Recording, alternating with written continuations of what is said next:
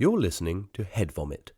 The following episode contains crude, rude, and often offensive content that may feel dirty in your ears. If you're concerned about your ears, please choose carefully when and even if to listen. This podcast is ad-libbed. If you are seeking a libbed podcast, look elsewhere. The views expressed are not necessarily those of the creators. Hello, welcome to Pitches and Holes, episode 2. My name is Giles McGrath. And I have been known as John Marley. Let's get scratching. So tell us, John, how has your week been so far since last week? Well, I've been ploughing my fields again, but I think the weather's turned a bit. It was bloody hot. It was hot, wasn't it? It was so hot, my dog died. What happened? It was out in the field, working the sheep, and it ran under a sheep's legs for shade, but the sheep buggered off. And then he couldn't catch any of them, so he just died from exposure to the sun. Could have been poison. Could have been poison. Could have been pesticides they put in the land. Yeah, we put all kinds of shit in the water now, don't we? We do. So what are you drinking there? Tea.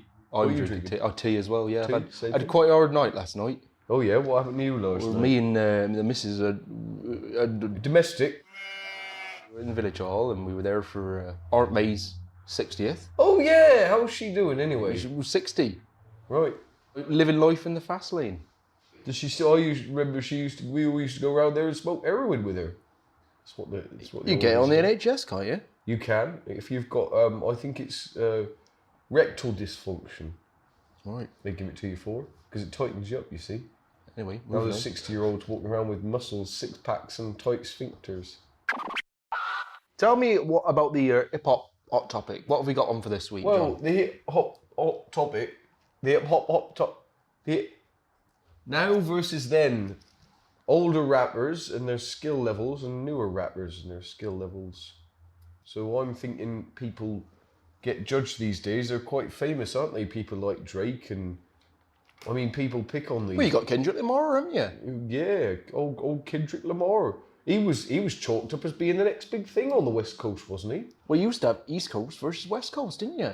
Well, I mean, it's good that no one's warring anymore over things, but I think the war made some of the best hip-hop. Well, it could be said, Check it out. These days, if rappers piss each other off, they just take to Twitter to settle the beef. Twitter wars.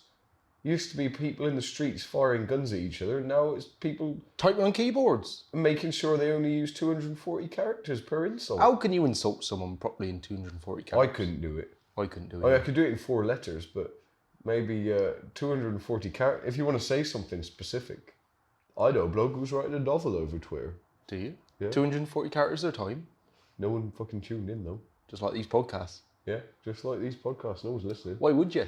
Why would you listen? Why wouldn't if you're listening to this right now, you've got a very boring fucking life. Go outside and do something. Where did you even find this? It's not for you, probably. Anyway, if you're enjoying it, carry on listening. There's no harm. If you are outside listening to this, what's it like? Yeah, you can contact us and tell us. Now versus then. With new rappers, I feel like they can rap. Like, some of them can probably rap pretty good if they put their minds to it. But there's no money in good lyrics, is there? Why put the extra effort in to write a good verse when all you can say is eat the pussy up and put a thumping bass line under it and you've made $1 million? What's the point? There's no the market doesn't support it, does it? I tell you, when I first heard of Kendrick Lamar, Joe threw me the CD. He's throwing me CDs now. Can you believe it? Tape Deck Joe is throwing me CDs now. Joe threw me the CD of Kendrick Lamar, and I didn't know what to do with it because I don't have a CD player in my combine harvester on my tractor. So I just got the CD and I threw it into the ploughing machine. So now Kendrick Lamar is strewn all over my field, and the crops freaking love it. They've been feeding off Kendrick, have they? They've been feeding off Kendrick, and they're growing like crazy. But I don't agree with it. I wish they were growing to. Well, if it's good enough for corn, it's probably not good enough for humans, is it? And where do you sow your wheat? It's on that field just down road. Oh, right, okay. That goes to Tesco, doesn't it? That goes to Tesco. Right, I'll not be buying any wheat-based products from Tesco Avoid anymore. the corn. Isn't there some kind of quality control against food harming victims? Well, we haven't been caught yet. Well, it's a good job no one listens to this podcast then, isn't it? Otherwise we'd be in jail. So you got an artist like KRS-One. I think he does it for the music, for the passion. Well, of course, that's all you look at even people like Pharaoh Monch, he's still going. The bridge is over. The bridge is over there. The bridge is over there. Oh, you're not talking about that bridge. The Way bridge over there. I thought you were talking about the Way Bridge. Take It to the Way Bridge. That was the Cornish rap anthem of 1999, wasn't it? Do you remember that other anthem? The Pasty Shop one. How did that go? Well, it was like a candy shop, 50 Cent song, but it was pasty shop instead. I'm going to take you to the pasty shop. Or let you eat my cordon cob. With the lyrics. You remember that? That was the 98 anthem of the year. That was just after the Agrarian Revolution, wasn't it? I think it was while the Agrarian Revolution was going on. They were trying to distract the proletarian elite and the farmers from rioting. So they released a feel-good song about pasties, but it didn't quite work. We did that with the foot and mouth outbreak. Foot and mouth. It was actually set up by France, the French government, and we had to burn thousands of our healthy livestock because the bloody French were saying it was tainted. My next door neighbour heard the report, and I saw him pick up his flamethrower, and he headed directly into the garage, and he incinerated 12 of his cows. Oh, you should have heard the screaming. Oh, it was horrible. I've never smelt beef cooked that way before, with napalm. I don't even know why he had a flamethrower. Why did he have a flamethrower? You know why they did it as well? The timing was too convenient because they'd actually grown the best breed of heifers this side of the Loire Valley since 2001. And that's why they were preparing to sell all this meat. They had a surplus. So they said, let's get rid of the cows in Britain. Along with the Armada. Oh no, that was Spain, wasn't it? Yeah, that was a few years later. Do you remember back in '85? The bird flu disaster. That was Spain. I heard about that on Twitter at the time, yeah. My dad died from the bird flu. He heard about it and he said, oh, it's a load of nonsense. Because he was Irish, you see, this is how he spoke. I saw him digging into a big chicken pie. It was just a bird in a pie with fully feathered. But I came down the stairs, it was about 2 a.m. I was getting a glass of water and he was up in the middle of the night because he was due to be milking the cows in a few hours. And I came down and I saw him tucking into it and I said, Dad, have you not heard about this whole bird flu thing? And he said, oh, it's a load of bollocks, that is. And then he finished his pie and died on the spot. Went up in flames, didn't he?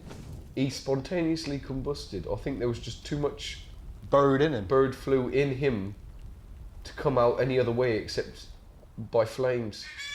It was a crazy time. Birds were dropping like flies, which is a bit weird because the flies were dropping like birds. The flies are dropping like birds, the birds are dropping like flies, and the people are dropping like chickens.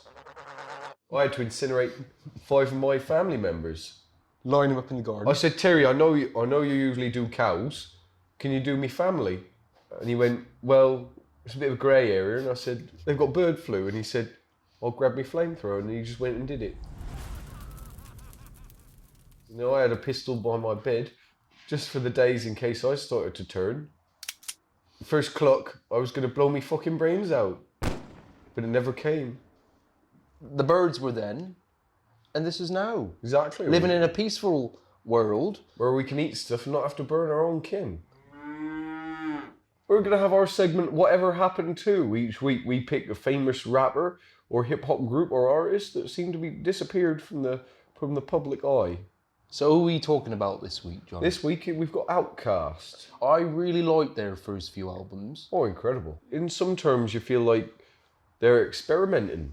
They had enough people listening to them and they knew they were going to get money and check out their new songs. But then nowadays, if you ask people about Outkast, most of them talk about The Love Below.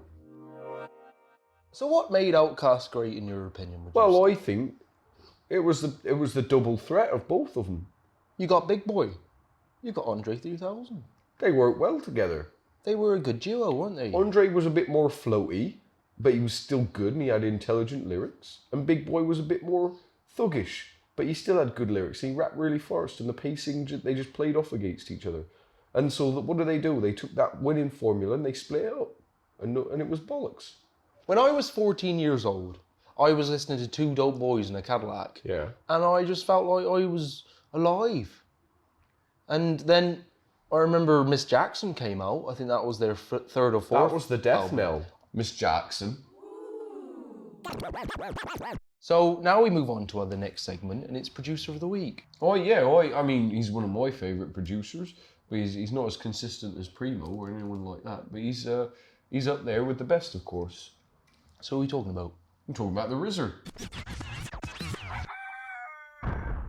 Who is the RZA, and how did he come to fame? Well, the RZA is the producer of Wu-Tang Clan. He pretty much was responsible for getting them all together, I think.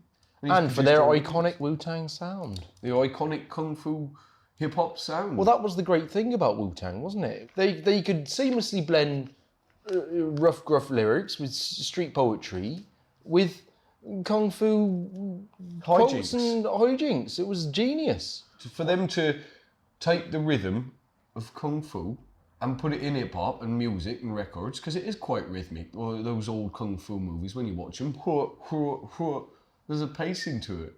The Wu-Tang Clan actually was one of my first forays into the world of martial arts cinema. I think it's just cool, isn't it? It's just two of my favourite things, Kung Fu and hip-hop. And you've got you've got an awesome sonic experience. Very original sound. You've got audio delight. You've got Kung Fu mastery. You've got heaters, haven't you? You've got, protect your neck. You've got 36 chambers of Shaolin. I mean, you've got that fight scene at the end of the gravel pit video. You've got cream, haven't you? I mean, you've got cash rules everything around me, cream get the money, dollar billion. You've got the whole wool wear line, which is like Kung Fu clothes mixed with streetwear. That's pretty cool. Well, you've got Method Man, haven't you? Well, I suppose he's one of the best rappers of all time, isn't he? I absolutely love the sound of his voice. He's got that flow though, hasn't he? Like the flowing over the beats, it seems to be his voice and the beats. It's one track. It's not someone rapping over a beat. It's someone make it, it's like listening to a fucking hip-hop orchestra, isn't it? I think his voice is so majestic. When you listen to it, you also... He flows harder than my ex-wife, Gertrude. That'll do. Okay, moving on now. We've got the last topic of the day, which is the beef of the week. The prime cuts we've got for you today is the Ja Rule and 50 Cent beef. So do you actually know anything about this beef? Because Ja Rule always seemed to me to be in a different kind of class to 50 Cent, in terms of like, a worse class, obviously, but like...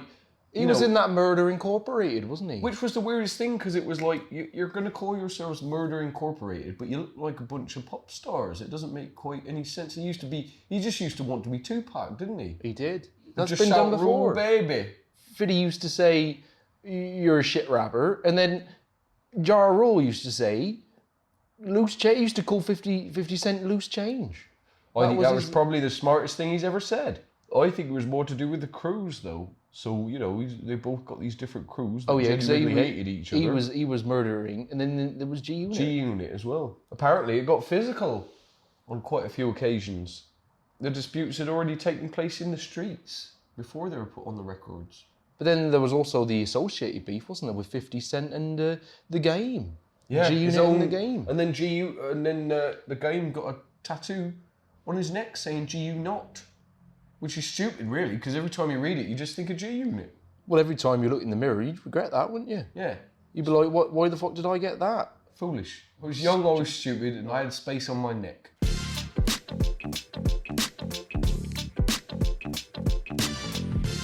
Well, I'm John Barley. And I'm Giles McGrath. And we'll catch you next time on Pitches and Holes.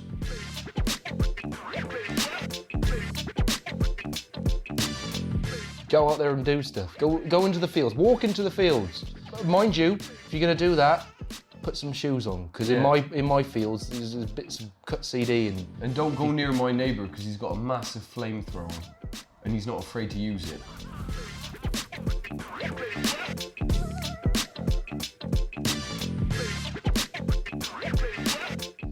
They should really put him behind bars. I mean, I did request him to burn my family.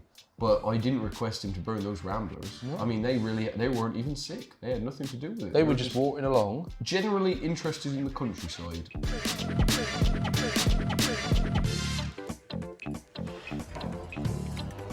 Let's get scratching. I don't know what we just did. I don't know whether that's doing any good.